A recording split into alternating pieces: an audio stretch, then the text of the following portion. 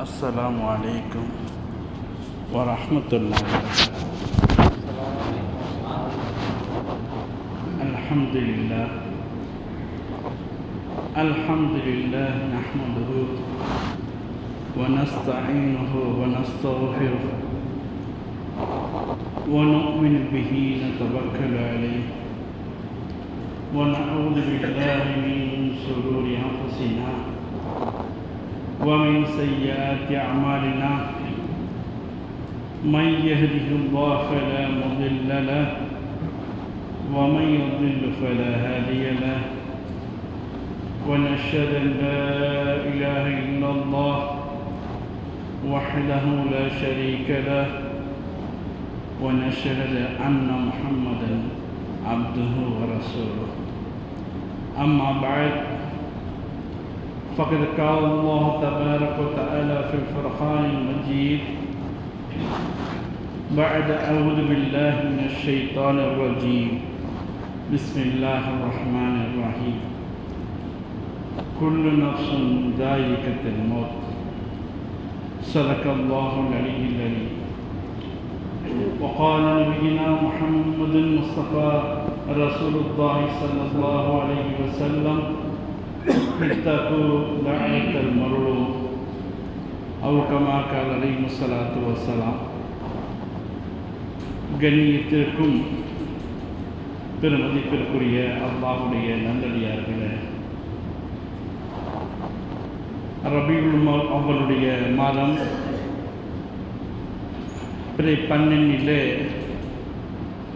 நபிகள் நாயகம் முஹம்மது முஸ்தபா ரசூலுல்லாஹி ஸல்லல்லாஹு அலைஹி வஸல்லம் அவருடைய பிறந்த தின விழாவை வெகு சிறப்பாக நாம் கொண்டாடி இருக்கின்றோம். கண்ணியமான அல்லாஹ்வுடைய நல்லடியார்களே, ரபியுல் அவ்வல் பிறை என்ற உடனே நபிகள் நாயகம் இவ்வுலகிற்கு அவதரித்த நாள், பிறந்த நாள் என்பதை நாம் அனைவருமே விளங்கி வைத்திருக்கின்றோம். அதே வேளையில் நபிகள் நாயகம் ஸல்லல்லாஹு அலைஹி வஸல்லம் இந்த உலகை விட்டு மறைந்த நாளும் ரபியுல் அவ்வல் 12 தான். நபிகளுடைய பிறந்த நாளை வெகு விமர்சையாக விசேஷமாக கொண்டாடுகின்ற நாம், நபிகள் நாயகம் இவ்வுலகத்தை விட்டு சென்ற நாளை நாம் ஒரு துக்க நாளாக அனுஷ்டிப்பது கிடையாது. நான் சொல்லுகின்ற போதுதான் பெரும்பாலானவர்களுக்கு அந்த நினைவுகளே கூட வரும். அந்த அளவு ரபியுல் அவ்வல் பிறை 12 நபிகள் நாயகம் நம்மை விட்டு மறைந்த நாளை நாம் மறந்தே இருக்குகின்றோம். ஏன் அதை துக்க நாளாக நாம் அனுஷ்டிக்கவில்லை என்று சொன்னால், பெருமானார் ஸல்லல்லாஹு அலைஹி வஸல்லம் சொல்லித் தந்திருக்கின்றார்கள், ஹயாத்தி கைருல் லக்கும் வ மமாத்தி கைருல் லக்கும். நான் இப்பூவுலகிலே உங்களோடு வாழ்கின்ற காலமெல்லாம் சிறந்த காலம். ஒருவேளை நான் இந்த உலகை விட்டு சென்றுவிட்டால் அதுவும் சிறந்ததே என்று பெருமானார் ஸல்லல்லாஹு அலைஹி வஸல்லம் சொல்லியிருக்கின்றார்கள். ஒரு வகையில் நபிகள் நாயகத்துடைய மௌத்தும் கூட, மரணமும் கூட நமக்கு சிறந்தது என்று பெருமானார் சொல்லியிருந்தாலும், அந்த நபிகள் நாயகம் இவ்வுலகை விட்டு மறைந்த நாளை சஹாபாக்கள் பெருமானாரை சொல்லிவிட்டார்கள், என்னுடைய மரணம் உங்களுக்கு சிறப்பு என்று சொல்லிவிட்டார்கள். ஆகையால் நாம் யாரும் கவலைப்பட வேண்டாம் என்று அமைதி கொண்டிருப்பார்களா என்று கேட்டால், பெருமானாருடைய சொல் ஒரு புறம் இருந்தாலும் கடைசி அன்று பெருமானார் ஸல்லல்லாஹு அலைஹி வஸல்லம் மரணத்தை தழுவிருக்கின்ற சில நிமிடங்களிலோ சில மணி நேரங்களுக்கு முன்போ சஹாபா பெருமக்கள் எல்லாம் மஸ்ஜித் நபவியை முற்றுகையிட்டு விட்டார்கள். அது மட்டுமல்லாமல் அதை சுற்றி இருக்கின்ற பகுதிகளெல்லாம் கூட்டம் கூட்டமாக நின்று பெருமானாருக்கு என்ன நிகழ்கின்றதோ தெரியவில்லையே, பெருமானார் நம்மிடத்திலே காட்சியளிக்கவில்லையே, பெருமானாருடைய திருமுகத்தை பார்த்து எத்தனை நாளாகிவிட்டது, பெருமானாருடைய குரலை கேட்டு நம் எத்தனை நாள் ஆகிவிட்டது என்ற ஏக்கத்தோடு பெருமானாரை ஒரு முறையேனும் நாம் பார்த்துவிட முடியவா, பார்த்துவிட மாட்டோமா என்ற ஏக்கத்திலே சஹாபா பெருமக்களெல்லாம் கவலை நிறைந்த முகத்தோடு அந்த மஸ்ஜித் நபவியையும் சுற்றிலேயும் இருக்கின்றார்கள்.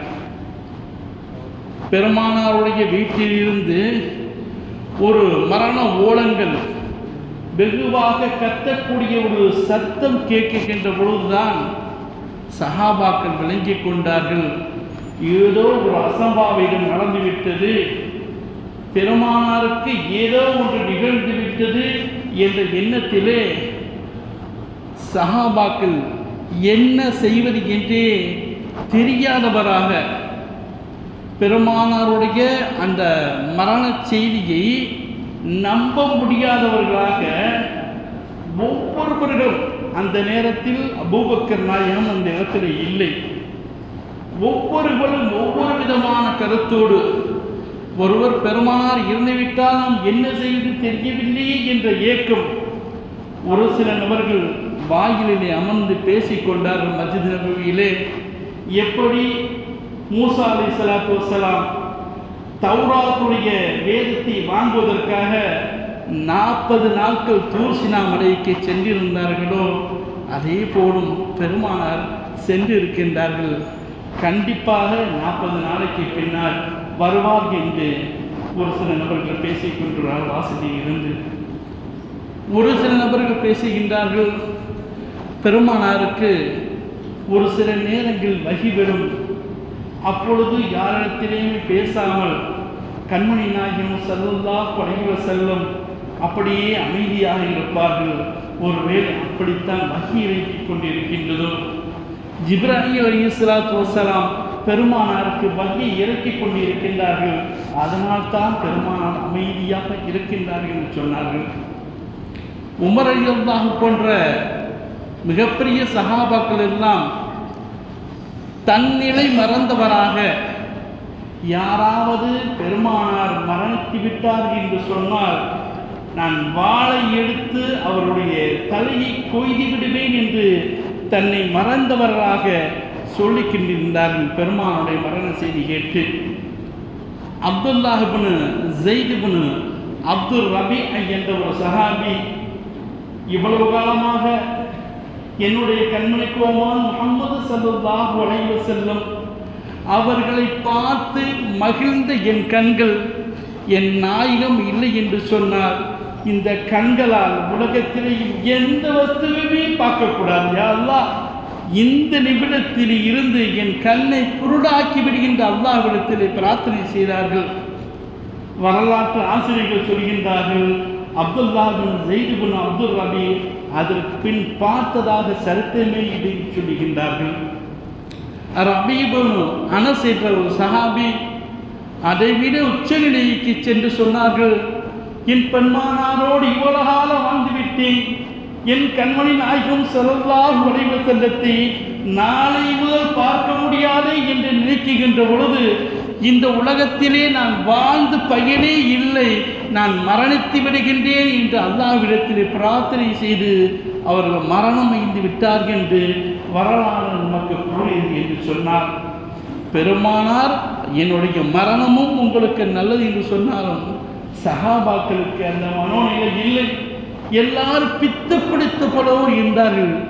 எதுவரைக்கும் என்று சொன்னால் மிம்பரிலே அபூபக்கர் ரலியல்லாஹு தஆலா ஏறி ஒமா முஹம்மதுன் இல்லா ரசூல் கத ஹலத் மின் கப்லிஹி ரசூல், முஹம்மது நபியும் அல்லாஹ்வுடைய தூதரே, இதற்கு முன்னாடி எத்தனையோ தூதர் ரசூல்மார்கள் வந்து விட்டார்கள், அவர்களெல்லாம் எப்படி இந்த உலகத்தை விட்டு மறைந்து மௌத்தானார்களோ அதே போல முகமது நபியும் மரணித்து விட்டார்கள் என்ற திருமருடைய வாசத்தை அபூபக்கர் நாயகம் மெம்பரிலே ஏறி சொல்லுகின்ற பொழுதுதான் அனைவரும் பார்க்கின்றார்கள், இந்த வசனம் குர்ஆனில் இருக்கின்றது என்பதையே மறந்து விட்டார்கள். உமர் ரலியல்லாஹு தஆலா சொல்லுகின்றார்கள், இந்த விஷயத்தை அபூபக்கர் நாயகம் ஓதி காட்டுகின்ற பொழுது இந்த வசனம் திருமறையில் இருக்கின்றது என்பதையே நான் மறந்துவிட்டேன். முகமது நபி நம் கூட இருப்பார் என்று எடுத்துக்கொண்டேன். ரயீஸுல் முஃபஸ்ஸிரீன் என்று சொல்லக்கூடிய இப்னு அப்பாஸ் ரலியல்லாஹு தஆலா சொல்கின்றார்கள், எனக்கும் அப்படித்தான் தோன்றியது. கண்ணியமான அல்லாஹ்வுடைய நல்லடியார்களே, பெருமானாரும் சொல்லிவிட்டார்கள் மரணித்தோன்று. பல்வேறு தகவல்கள் பெருமானார்கள் மரணித்து விடுவார்கள். அல்லாஹ் சொல்லுவான் அல்லவா, இன்னக்க மையத்தும் இன்னமும் மையத்தும். பெருமானாரே, நபிகள் நாயகமே, நீங்கள் நிச்சயமாக ஒரு நாள் மரணத்தை சுவைத்தே தீர வேண்டும் என்று அல்லாஹ் தன்னுடைய தீரமுறையை கூறி காட்டுகின்றான். எல்லாம் தெரிந்திருந்தும் கூட அந்த சஹாபாக்கள் அந்த விஷயத்தை நம்புவதற்கே இல்லை. ஏன் தெரியுமா? உதாரணத்திற்கு நமது ஊரிலே நம்ம கூட ஒன்றாக இருந்திருக்கக்கூடிய ஒரு மிகப்பெரிய இறைநேசர் என்று சொல்லக்கூட சொன்னால் நமக்கு தேவையான வாழ்வியல் சம்பந்தமான எல்லா விஷயத்தையும் கற்றுத்தருகின்றார். நமக்கு ஏற்படக்கூடிய நோய்களில் இருந்து அல்லாஹ்வுடைய உத்தரவை கொண்டு நமக்கு ஷிஃபாவை தருகின்றார். நமக்கு வாழ்விலே ஒரு கஷ்டம் ஏற்படுகின்றது, ஒரு துக்கம் ஏற்படுகின்றது, அதற்கு வழிவகைகளை செய்கின்றார். நமக்கு எந்த ஒரு பிரச்சனை என்றாலும் இவரிடத்தில் சென்றால் எல்லாமே தீர்ந்துவிடும் என்ற ஒரு நபர் ஒரு 20-30 வருடமாக நம்மளோடு ஒன்றிணைந்து எல்லாமே பார்த்து கொண்டிருக்கின்றோம். இப்பொழுது அந்த நபர் மரணித்து விட்டால் நமக்கு எந்த நிலைமை ஏற்பட்டுவிடும்? இவ்வளவு காலம் நம்ம கூட இருந்தார்களே இந்த மகான், இப்பொழுது இல்லையே. இவர் இறந்துவிட்ட பின்பு என் தேவைகளை யாரிடத்தில் சென்று கேட்பேன் என்ற எண்ணம் நமக்கு வருவல்லவா? கிட்டத்தட்ட இஸ்லாம் 1450 வருடமாக போகின்றது. இவ்வளவு காலத்துக்கு பின்னாடி ஒரு மிகப்பெரிய நேசருடைய மிகப்பெரிய நபருடைய மரணத்தையே நாம் தாங்கிக் கொள்ள முடியவில்லை என்று சொன்னால், அன்றைய சஹாபாக்கள் இஸ்லாத்திற்கு நபிகள் நாயகம் ரசூலாக நபியாக அறிமுகப்படுத்துவதற்கு முன்பே வேறொரு மதத்தை பின்பற்றி கொண்டிருந்தவர்கள், விக்கிரகங்களையும் மாற்று மதத்தையும் வழிநடத்தி பின்பற்றி கொண்டிருந்தவர்கள் இப்பொழுது பெருமானார் வருகின்றார், தங்கள் வாழ்விகளை கற்றுக் கொடுக்கின்றார்கள். இதுதான் மார்க்கம் என்று சொல்கின்றார்கள். வானத்துக்கு மேலே நடக்கக்கூடிய விஷயத்தை சொல்கின்றார்கள். இதோ ஜிப்ரீல் வருகின்றார், வேதத்தை இறக்குகின்றார் என்று சொல்கின்றார்கள். சஹாபாக்களுக்கு எத்தனையோ முறையிலே நோயுடைய பாதித்திருக்கின்ற பொழுது நோயை ஷிஃபாவாக்குகின்றார்கள். சஹாபா பெருமக்கள் எத்தனையோ முறையிலே கவலம் கஷ்டத்திலே முகம் தொய்து மனம் சோர்வடைந்த பொழுது பெருமானாரத்தில் வந்து சொல்கின்ற பொழுது அதற்கு நபிகள் நாயகம் தீர்வை சொல்கின்றார்கள். தனக்கு எல்லா நிலையிலையுமே தன்னுடைய மூஜிசாத்தின் மூலமாகவும் பெருமானார் அந்த சஹாபாக்களை வேறொரு உலகத்திற்கே அழைத்து சென்றார்கள். அதற்கு மேலாக எந்த நபிக்கும் கொடுக்கப்படாத இறை சந்திப்பை மேராஜின் மூலமாக அல்லாஹ்வை நேரடியே சென்று சந்தித்த ஒரு வாய்ப்பை பெருமானார் ஸல்லல்லாஹு அலைஹி வஸல்லத்துக்கு அல்லாஹ் கொடுத்தான்.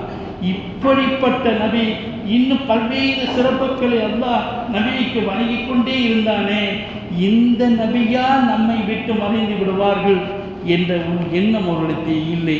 பெருமானார் மறைத்து விடுவார்கள் என்று நினைத்த நபர்கள் கூட இன்னும் கொஞ்ச நாள் இருப்பாங்க. நூஹ் அலைஹிஸ்ஸலாம் போல ஒரு 950 வருஷம் இருப்பாங்க, இல்லை மூசா அலைஹிஸ்ஸலாம் போல ஒரு 400 வருஷம் இருப்பாங்க அப்படின்னு நினைச்சாங்க.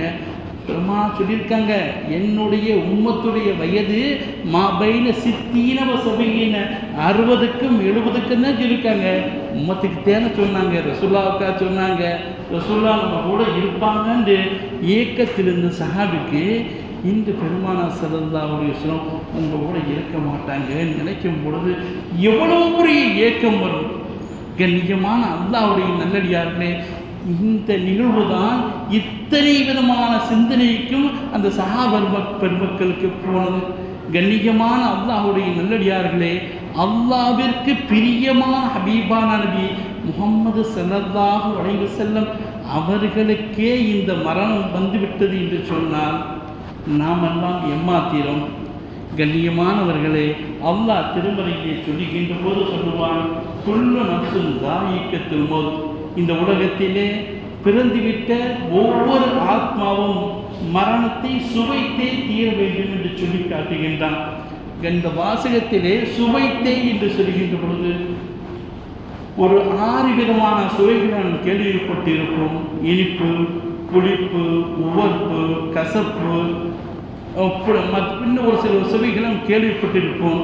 ஒரு பொருள்களை நாம் சாப்பிடும் பொழுது அந்த சுவையை உணர்ந்து நல்ல டேஸ்டாக இருக்கேன்னு சாப்பிடுமே. இதை போல மரணத்தையும் நீங்கள் உணர்ந்தே மரணிப்பீர்கள் என்பதுதான் அல்லாஹ் சொல்கின்றான். குல்லு நஃப்ஸுன் ஸாயிகத்துல் மௌத். மரணத்தை நீங்கள் உணர்வீர்கள் என்று சொன்னால் மரணத்துடைய அந்த சுவை என்ன? சக்கராத் ஹால் தான்.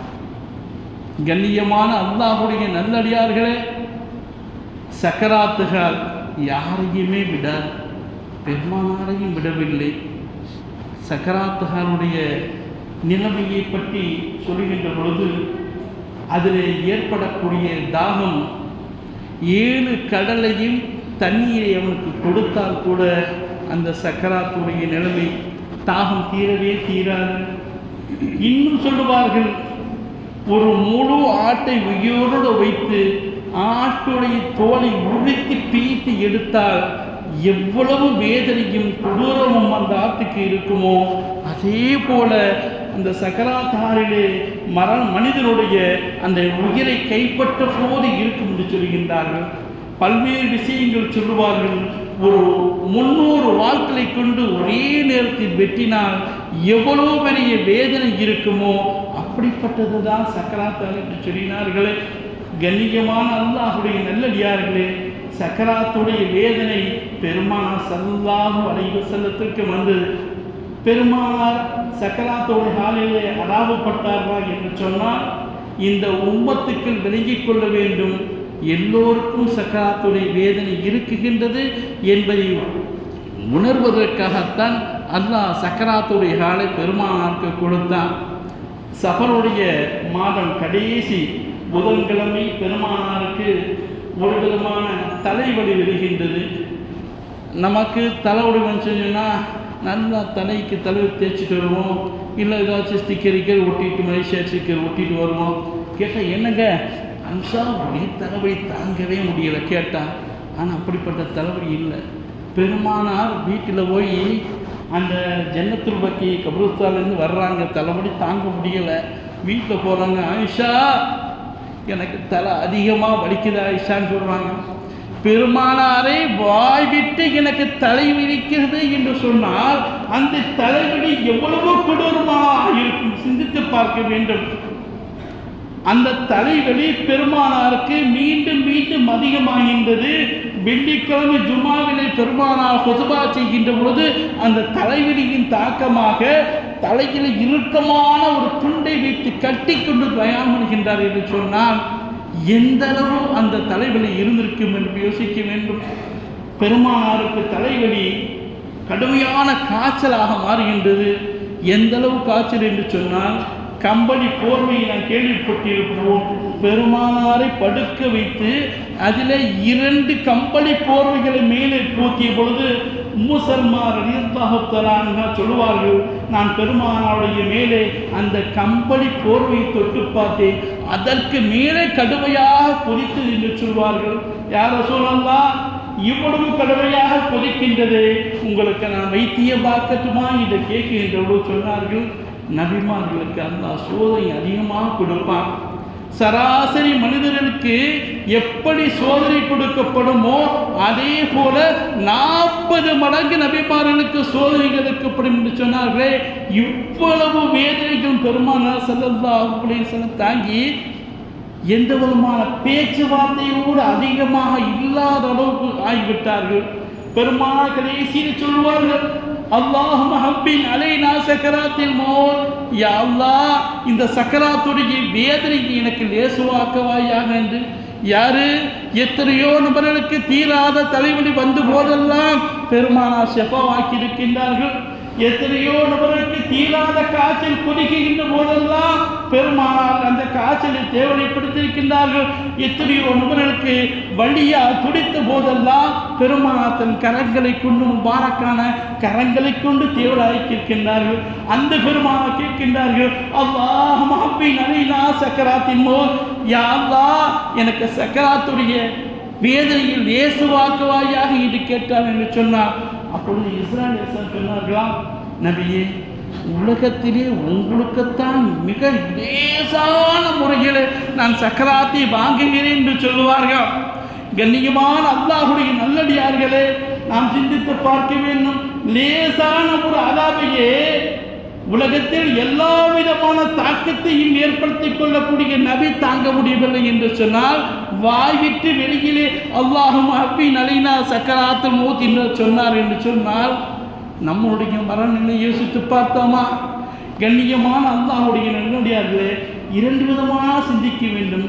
இங்கே இருக்குகின்ற அத்தனை அவருக்கும் சரி, கடவுளே இல்லை என்று சொல்கிறார்களா நாத்திகர்கள் அவருக்கும் சரி, கடவுள்தான் இல்லை என்று சொல்வார்கள். மரணம் இருக்குது என்பதை யாருமே தெரியும். இங்கே எல்லாத்திலையும் பார்த்தா கூட எப்படி ஒரு நாள் போகத்தான் போகிறோம், எப்படி இந்த உலகத்துக்கு வந்துட்டு போகத்தான் போகிறோம். கண்ணியமானவர்களை எப்படி ஒரு நாட்டம் போகத்தப்படும், அந்த மௌத்தை எப்படி இருக்கு யோசிச்சு பார்த்தோமா? இன்னைக்கு எந்த நிலைமைகளை நம்ம உயிர் போக முடியும் யோசிச்சு பார்த்தோமா? எத்தனையோ நபர்கள் 2-3 வருடங்கள் படுக்கையில் படுத்தவராக, அதிலேயே மலஞ்சலம் கழித்தவராக இருந்து சுயநலம் இல்லாமல் படுத்து மௌத்தாகின்றார்களே, அதே போன்ற மௌத்து நமக்கு வருமா? இல்லை, ஒரு இதயத்திலே பாதிப்பு ஏற்படுத்தி மருத்துவமனையில் அட்மிட் பண்ணி பல காலமாக இருந்து மௌத்தா போவோமா? இல்லை, எத்தனையோ விதவிதமான கேன்சர் என்ற நோய் வருகின்றது, சுகர் என்ற நோய் வருகின்றது, கால்களை எல்லாம் வெட்டி வெட்டி இடுக்கின்றார்களே, இது போன்ற மரணம் நமக்கு வருமா? எதுவுமே நமக்கு தெரியாது. இது எதையுமே நாம் ஏற்றுக்கொள்வதே இல்லை. லேசான முறையில் வரணும், மொத்தவாடு போயிடணும். கண்ணியமானவர்களே, இதையெல்லாம் சிந்திச்சு போட்டோம். ரெண்டாவது, இந்த மரணம் வருவது எல்லாருமே தெரிஞ்சிருக்கவே, இந்த மரணத்துக்கு ஏதாவது தயார் செய்து வைத்திருக்கின்றோமா என்று கேட்டால் நிச்சயமாக இல்லை. என்னன்னு சொன்னால் பேருக்கு சொல்லிக்கிறோம், தொழுது வர்றோம், நான் போகிறேன் வரேன். ஆனால் கண்ணியமானவர்களே, பெருமானாருடைய இந்த மரணம் நமக்கு பல்வேறு நூற்றுக்கணக்கான தவறுகளை மூமின்களாகிய நாம் எடுத்து நடக்க வேண்டும் என்று பெருமானுடைய இந்த மரணத்தருவாய் மட்டுமே நமக்கு பல்வேறு தகவல் விளக்குகின்றது. கண்மணி நாயகம் ஸல்லல்லாஹு அலைஹி வஸல்லம் 8வது ரபியுல் அவ்வல் பிறை 8 அந்த மகரிபு வரைக்கும் உடல்நிலை சரியில்லாதவராக இருந்தாலும் எல்லா வக்து தொழுகையும் முறையாக பள்ளிக்கு வந்து தொழுவர்கள் பிறை 8 இஷா தொழு வைப்பதற்காக போய் வரலாம் என்று வீட்டுக்கு போகின்றார்கள். பெருமானாருக்கு நோயினை தாக்கம் அதிகமாகின்றது. எந்த அளவு என்று சொன்னால் பெருமானாரால் எழுந்து வரவே முடியவில்லை. ஒரு கட்டமாக நைட்டு 1 மணிக்கு கேட்கின்றார்கள், இசாவுடைய தொழுகையை முடித்து விட்டார்களா சஹாபாக்கள் என்று. யார் அசலா உங்களுக்காக அந்த சஹாபாக்கள் காத்திருக்கிறார் சொல்வது. பெருமானார் தன் கையை ஊண்டி எந்திரிக்கின்றார்கள், அப்படியே கீழே விழுந்து விடுகின்றார்கள், மயங்கி விடுகின்றார்கள். இதே போல 4-5 முறை பெருமானார் ஸல்லல்லாஹு அலைஹி வஸல்லம் எப்படியும் தொழுக வேண்டும் என்பதற்காக முயற்சி செய்தும் கூட முடியவில்லை. அதே நேரத்தில் 11வது 10வது நாள் அல்ல 11வது நாள் பெருமானார் ஸல்லல்லாஹு அலைஹி வஸல்லம் ஓரளவு உடனே சரியாகின்றது. நம்ம எப்படியாச்சும் பள்ளிவாசல் தொட முடியலை, எப்படியாச்சும் பள்ளிவாசல் போயிருக்காக உசாமத்து பின் ஸைத் ரலியல்லாஹு தஆலா அன்ஹு அலி ரலியல்லாஹு 2 பக்கம் தோலை பிடிச்சிட்டு பெருமானுடைய கால்கள் எல்லாம் பூமியில் அப்படியே இழுத்துக்கிட்டு வருது. கண்ணியமானவர்கள், பெருமானுடைய கால்கள் எல்லாம் தரையிலே கோடு போட்டு அப்படியே வருது. அப்படியும் பெருமானார் ஸல்லல்லாஹு அலைஹி வஸல்லம் அந்த மஸ்ஜித் நபியிலே வந்து தொழு வைத்தார் என்று சொன்னார். தொழுகைக்கு பெருமானார் எவ்வளவு முக்கியத்துவம் கொடுத்திருப்பார்கள். இந்த பள்ளிவாசலில் ஒரு 1000 பேர் நடத்த தொழுலாம், மிஞ்சி போனால் 200 பேருக்கு மட்டும் பள்ளிவாசல் இல்லை. நீங்கள் வெளியே பாருங்களேன், அங்கங்கே கட்டத்தில் ஃபுல்லாக உட்காந்துருப்பாங்க. கொஞ்சமாக அல்லாஹ்வுடைய பயம், பெருமானார் கடைசி உரைகளில் சொல்வார்கள், நீங்கள் தொழுகையை முறையாக பேணிக்கொள்கின்ற சொல்வார்கள். எத்தனை நபர்கள் தொழுகையை முக்கியத்துவம் கொடுக்கின்றோம்? பள்ளிவாசலிலே 4 சைஃபு 5 சைஃபு நிறைவதே பெரிய விஷயமாக இருக்கின்றது. ஏனென்று கேட்டால் தொழுகை மீது கொஞ்சம் கூட அக்கறை இல்லை. ஆனால் பெருமானார் ஸல்லல்லாஹு அலைஹி வஸல்லம் மரண தருவாய் நமக்கு கற்றுத்தரக்கூடிய பாடம் என்று சொன்னால், மரணம் நடக்கவில்லை என்று சொன்னால், இப்னு மக்தும் தானே கண் பார்வையிட்டவர்கள் அவர்களை கூட சொல்வார்கள், இசாத்துரு வரம்பீட்டிலே பெருமானாரத்திலே சலுகை கேட்கின்ற பொழுது ஒரு கயிறை கட்டி கொண்டு நீங்கள் பள்ளிவாசலுக்கு வாருங்கள் என்று சொல்வார்கள். இன்றைக்கி நம்ம பள்ளிவாசல் சுற்றி வீடு இருக்குது, எத்தனை பேர் வர்றோம், கடைகள் இருக்குது, எத்தனை பேர் வர்றோம். அதை விட வைத்திருச்சான் சும்மா உட்கார்ந்துருக்காங்க. கண்ணியமானவர்கள் முஸ்லிம் என்ற பெயர் வைத்து வந்தால் கூடாது. முஸ்லிம் என்று அப்துல்லாஹ் என்றும் அப்துல் ரஹ்மான் என்றும் அப்துல் காதர் என்று பெயர் வைத்தால் மட்டும் போதாது. இஸ்லாத்துடைய மரண தருவாயில் கூட நமது ஹபீப் நாயகம் ஸல்லல்லாஹு அலைஹி வஸல்லம் கால்கள் தரையிலே கோடு போட 2 சஹாபாக்கள் தோள் கொடுக்க பெருமானார் தொழுகைக்கு வந்தார்கள் என்று சொன்னால் அந்த தொழுகை எவ்வளவு முக்கியமானது. பெருமானாருக்கு அந்த 14 நாட்கள் பெருமானார் தலைவலிகளால் கடுமையாக அவாபப்பட்ட போது கூட 8-10 நாட்கள் பெருமானார் தொழுகைகளை எந்த விதமான கலாபம் செய்து கிடையாது. அருமையான அல்லாஹ்வுடைய நல்லடியார்களே, இது எல்லாம் நமக்கு படிப்பனை. இந்த தொழுகை தொழும் என்று சொன்னால் மரண தருவாயிலே நமக்கு ஏற்படக்கூடிய வேதனை அல்லாஹ் தடுப்பான். தொழுகை மூலமாக முஸ்லிமாக மூமினாக இருக்கக்கூடிய நாம் கொஞ்சம் கூட தொழுகையில் அக்கறை செலுத்தாமல் இருக்கின்றோம். இது போன்ற விஷயங்களை நீங்கள் உள்ளே இருந்து கேட்டாலும் சரி, வீட்டில் இருந்தால் கேட்டாலும் சரி, காணொளி மூலமாக பார்த்தாலும் சரி, கண்ணியமானவர்களே, கண்ணியமான தாய்மார்களே, உங்கள் இல்லத்திலே இருக்கக்கூடிய கணவன்மார்களையும் உங்கள் இல்லத்திலே இருக்கக்கூடிய பிள்ளைமார்களையும் வாங்கு முடித்து விட்டால் எப்போ திரும்ப வருவாங்க? பயான்லாம் அனுப்பிச்சா பண்ணி முடிச்சு கொடு, இமாமோ நின்று கதுக்காம சலா அல்லாஹுக்கு கடற்கடனை சுற்றி ஓட வருவாங்க. ஏன்னா அப்போ தான் ஓட்டையை பற்றி ஜெயிக்கிற மாதிரி. கண்ணியமானவர்களே, மறுமையிலே நாம் சுவனம் செல்ல வேண்டும் என்று ஒரு ஆசை இருக்கும் என்று சொன்னால் இது போன்ற விஷயங்களிலே பொடுபோக்காக இருக்காமல் பெருமானார் எப்படி இருந்தார்களோ அது போன்ற வாழ்க்கையை நாம் கடைபிடிக்க வேண்டும். அருமைக்குரிய அல்லாஹ்வுடைய நல்லடியார்களே, அடுத்ததாக பெருமானார் சொல்லுவார்கள், அந்த 8வது இழுத்துக்கிட்டு வருவாங்கள்ல, அப்போ மெம்பர் உட்காந்துட்டு சஹாபாக்களுக்கு ஒரு சில போதை செய்வாங்க. அப்போ சொல்லுவாங்க, இத்தகுன் நிசா, பெண்கள் விஷயத்திலே நீங்கள் கவனமாக இருந்து கொள்ளுங்கள். இப்போ நினைக்கிறான், இன்னைக்கு பொம்பளை பிள்ளை யார் சரியாக இருக்கா?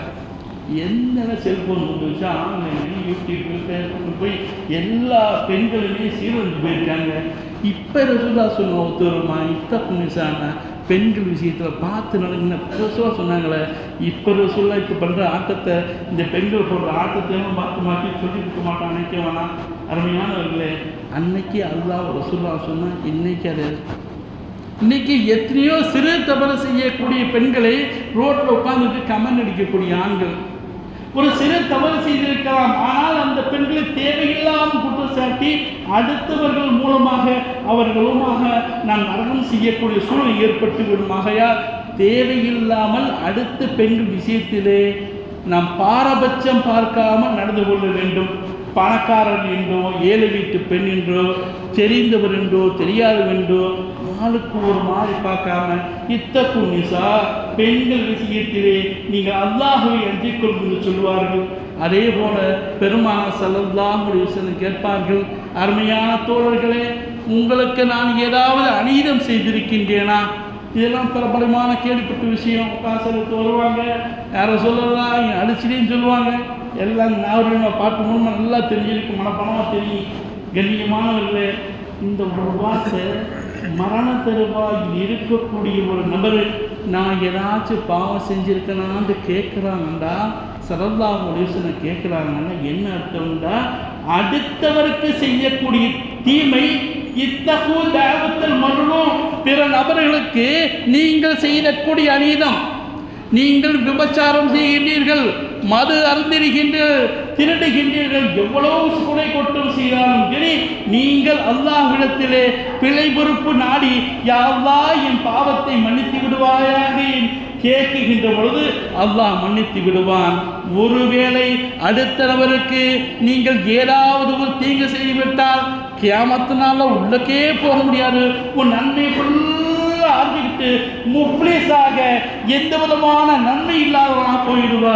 ஆகையால் ரசூலுல்லாஹ் சொல்கிறாங்க, நான் உனக்கு ஏதாவது பாவம், ரசூலுல்லாஹ் முன்பின் பாவங்கள் மன்னிக்கப்பட்டவங்க, அவங்க ஏன் கேட்கணும்? நமக்கு சொல்லித்தர்றாங்க, நீங்கள் மரணம் அடைவதற்கு முன்பாக நீங்கள் அடுத்தவருக்கு செய்திருக்கக்கூடிய பாவங்களை அவர்களை சேர்ந்து மன்னிப்பு கேள்வி என்று சொல்லி காட்டினார்கள்.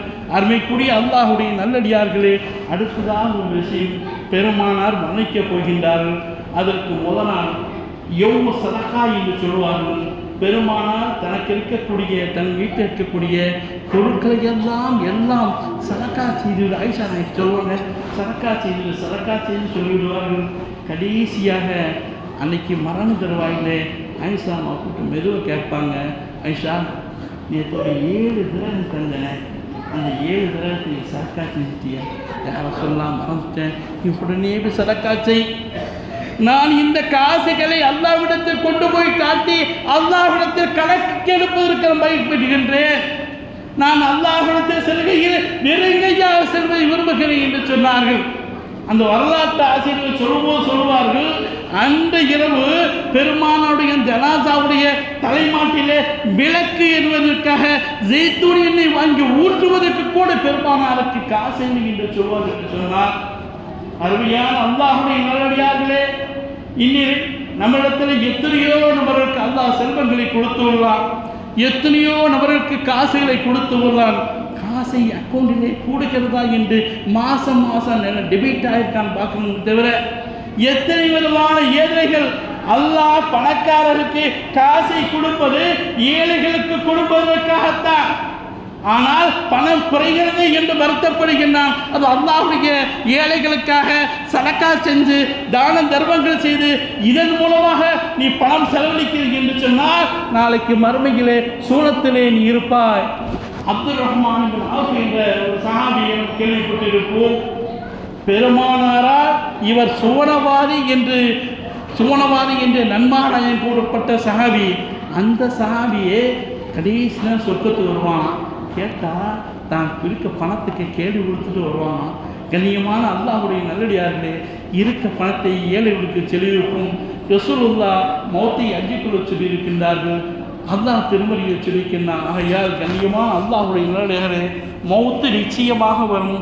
அது எப்படி வரும், சக்கராத் ஹாலுடைய நம்மளுடைய நிலைமை எப்படி இருக்கும் என்று ஒரு கணம் ஒவ்வொருவரையும் சிந்தித்து அந்த நேரத்தில் களிமா சொல்லக்கூடிய தாக்க நமக்கு இருக்குமா என்று சிந்தித்து அதன் பிரகாரம் அல்லாஹும் ரசூலும் கற்றுத்தந்தபடி நடப்பதற்கு அல்லாஹ் எனக்கும் உங்களுக்கும் நருள் பாலித்து மரண தருவாயிலே நிச்சயமாக லா இலாஹ இல்லல்லாஹ் முஹம்மது ரசூலுல்லாஹ் இந்த திருக்கலிமாவை முன்மொழிந்து மரணிக்கக்கூடிய நல்ல நசீபை எனக்கும் உங்களுக்கும் நம் சமுதாயத்தைச் சேர்ந்த அனைவருக்கும் கொடுத்து நல்லருள் பாலிப்பானாக என்று இறைவனிடத்திலே பிரார்த்தித்து வாய்ப்பளித்த வல்ல ரஹ்மானுக்கு நன்றி கூறி விடைபெறுகின்றேன். வாஹிர் தாவானா அல்ஹம்துலில்லாஹி ரப்பில் ஆலமீன். அஸ்ஸலாமு அலைக்கும் வரஹ்மத்துல்லாஹி வபரகாத்துஹு.